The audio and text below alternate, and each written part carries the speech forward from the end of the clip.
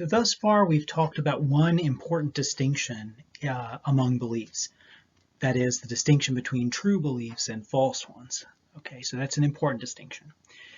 Another important distinction is that between justified and unjustified beliefs. And so what I want to talk about now is this thing that we call justification.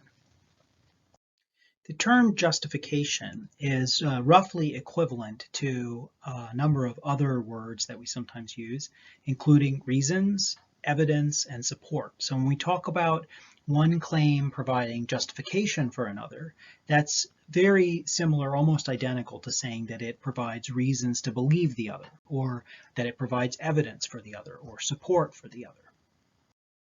Now I'm going to give you an example of justifications for beliefs. So take as an example the belief that Red Rock Canyon is west of the Las Vegas Strip. Here is a possible justification of this belief. I've looked up Red Rock Canyon on Google Maps, and it is represented there as west of the Las Vegas Strip.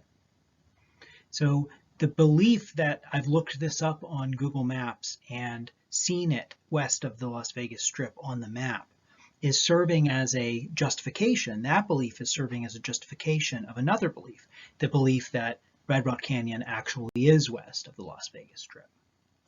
Now, notice that in order for this justification to really be convincing or to be a solid or good justification, it should itself be justified.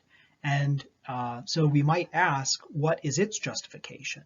And a very likely answer to that would be something like the belief that Google Maps is a reliable source for the relative location of things like canyons and the Las Vegas Strip.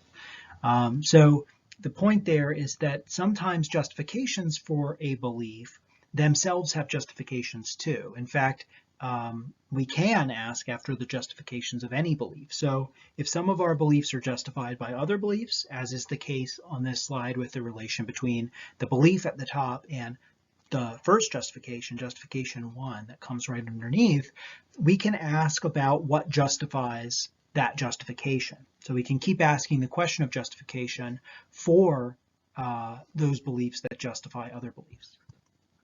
And we can represent this using our earlier diagrams in something like this way, that we have a set of beliefs, but many of those beliefs are themselves justified by other beliefs that we have. And in turn, the justifying beliefs can themselves be justified by other beliefs.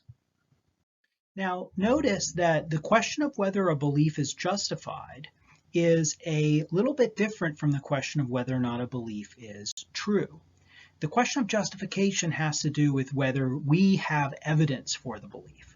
Okay? The question of truth has to do with whether the belief itself corresponds to reality. So in a way, truth is more independent of us than justification. Truth is a matter of whether our ideas match the way the world is, and we might sometimes have beliefs that aren't justified at all, but just happen to match the way that the world is. We might get lucky. We might make lucky guesses and have beliefs that are true but aren't justified. On the other hand, we might sometimes have beliefs that are justified. That is, the evidence we have to believe that thing is good. It's good evidence for that thing. But nonetheless, through a kind of bad luck, our beliefs still don't match reality, because even though we have good reason to believe this thing, reality still doesn't perfectly match our beliefs. And so because of that coming apart of truth and justification, we use different terms for those two things, and we keep the concepts separate. Now, since we've spent so much time on the idea of justification, you might wonder, why is justification important? It's relatively clear why truth is important. I mean, if you believe that there are no bears in Yellowstone Park and you go camping there, and there actually are bears there, then you having false beliefs can actually result in you incurring bodily harm. So having false beliefs about the world seems to be obviously dangerous. It's not a desirable state to be in, to not know the way things are. But what about justification? Why does it matter that our beliefs be justified? Well, one reasonable answer to that question is that justification is often the only means we have for coming to a settled position about whether we believe something. So another way to put that is, when we're trying to decide what we should believe, it's often difficult to have full certainty about various matters that we need to make judgments about.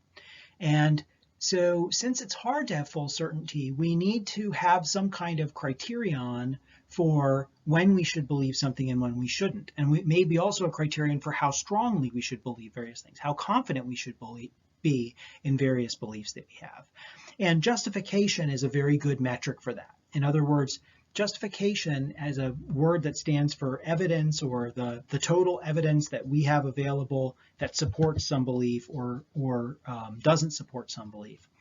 That idea of justification ends up being very useful for us in deciding what we should believe and what we shouldn't believe, or what we should withhold judgment about.